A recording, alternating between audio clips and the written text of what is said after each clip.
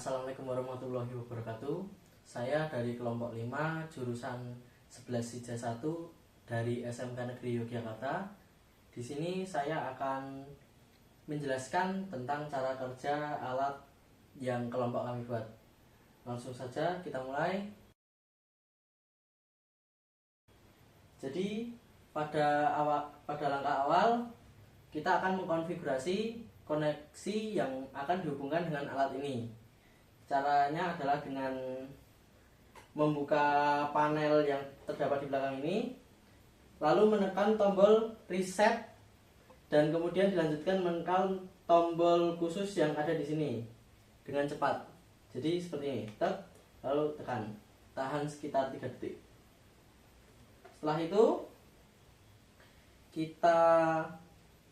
jika kita lihat di bagian WiFi, di sini terdapat koneksi 192.168.4.1 yang merupakan akses point dari ISP ini. Lalu kita pencet saja di sini.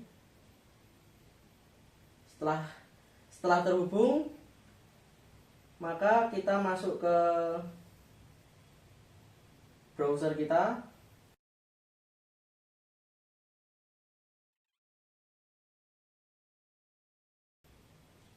Dan kemudian ketik IP yang terdapat pada WiFi tadi. Di sini jika bisa dilihat, kita akan memasukkan SSID dan password baru yang nanti akan dihubungkan oleh ISP ini. Misal pada di sini dia terhubung ke WiFi di rumah saya. Nah, di sini saya akan mengganti agar dia terhubung ke WiFi dari laptop saya.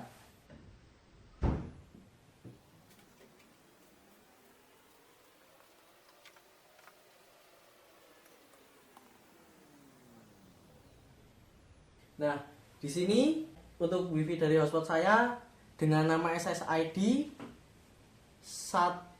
IoT 5 dan passwordnya adalah IoT 162534. Lalu kita di sini klik simpan. Nah, setelah ini ISP-nya akan memproses.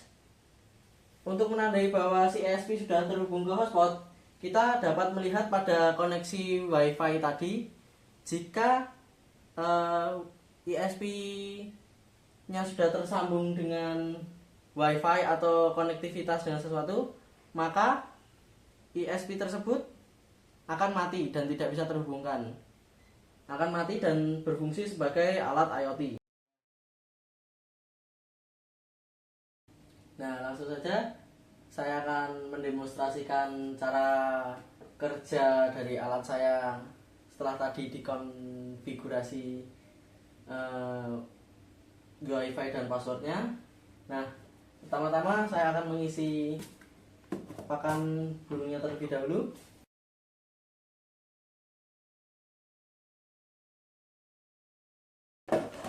Nah, setelah pakan burungnya diisi, kita tinggal memasang tutupnya di bagian atas dan kemudian menyambungkan konektor yang terdapat pada bagian kanannya. Setelah konektor tersambung, kemudian kita membuka aplikasi Blink yang sudah disetting. Di sini terdapat beberapa tombol dan fungsi-fungsinya akan saya jelaskan. Yang pertama, di sini ada tombol beri pakan. Ketika kita mengklik tombol beri pakan, katup pada bagian slider akan terbuka dan pakan akan turun ke bagian wadah pakan. Nah, kemudian jika katup terbuka terlalu cepat menutup, kita bisa mengaturnya pada tombol katup terbuka di bagian bawah sini. Di sini terdapat pengaturan 1 sampai 10 yang merupakan 1 sampai 10 detik. Misal kita di sini atur 5 detik. Ketika kita mengklik beri pakan, maka katup akan terbuka selama 5 detik dan kemudian menutup. di sini juga terdapat tombol cek stok yang digunakan untuk mengecek sisa pakan yang berada pada dalam wadah ini. Nah, jika kita mengklik cek stok, maka akan terlihat di sini 12%, yang berarti pakan tinggal sedikit.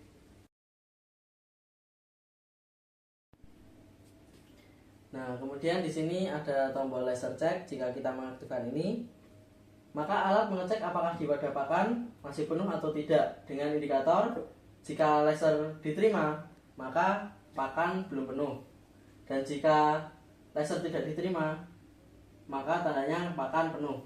Nah, jika kita mengaktifkan laser check dan kemudian mengaktifkan beri pakan, maka alat akan mengecek selama 5 kali apakah di wadah pakan masih penuh. Nah, di sini terdapat pada log no laser signal dan di sini belum nyala. Tandanya laser tidak diterima dan tandanya pakan masih penuh. Dan kemudian alat tidak akan membuka katup untuk memberi pakan. Kemudian di sini juga terdapat tombol auto yang untuk mengaktifkan jadwal pakannya. Misal kita mengeset, karena sekarang jam menunjukkan pukul 15.19, kita atur pada waktu 15.21. Nah, kemudian setelah kita mengatur timernya, kita mengaktifkan mode auto. Nah, setelah mengaktifkan, kita tunggu selama 1 menit.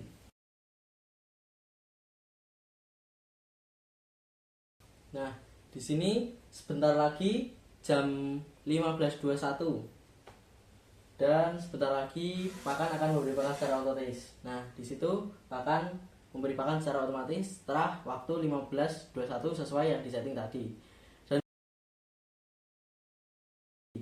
Dan kemudian di bagian bawah terdapat 2 tombol, yaitu restart dan config. Restart digunakan untuk merestart ESP yang ada di dalam, jadi kita tidak perlu membuka box panel lagi untuk merestart. Kita tinggal klik saja dan kemudian alat akan merestart. Kemudian juga terdapat tombol config, yaitu untuk mengatur wifi dan password seperti yang kita lakukan di awal tadi. Tapi jika di awal tadi kan kita harus membuka boxnya dan kemudian masuk ke IP dan kemudian menyeting. Nah, jika ada tombol config ini, kita tinggal klik saja tombol config. Nah, kemudian dia akan berfungsi sebagai IP address seperti tadi, dan kemudian kita tinggal setting seperti yang kita lakukan tadi dengan masuk ke wifi dan kemudian masuk ke Chrome dan kemudian klik IP-nya, masukkan IP-nya dan kemudian setting. Oke, mungkin sekian penjelasan dari saya tentang alat yang kami buat. Mohon maaf. Wassalamualaikum warahmatullahi wabarakatuh. It's you, it's always you. Met a lot of people, but nobody.